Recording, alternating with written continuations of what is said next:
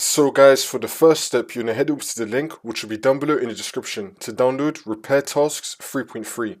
Now once you're on this, you're going to click on download now. It should now start downloading automatically.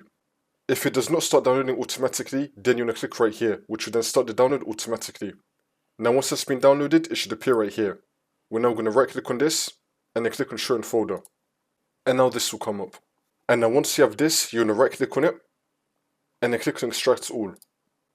We can untick this, and then click on extract. We should now be seeing another folder right here.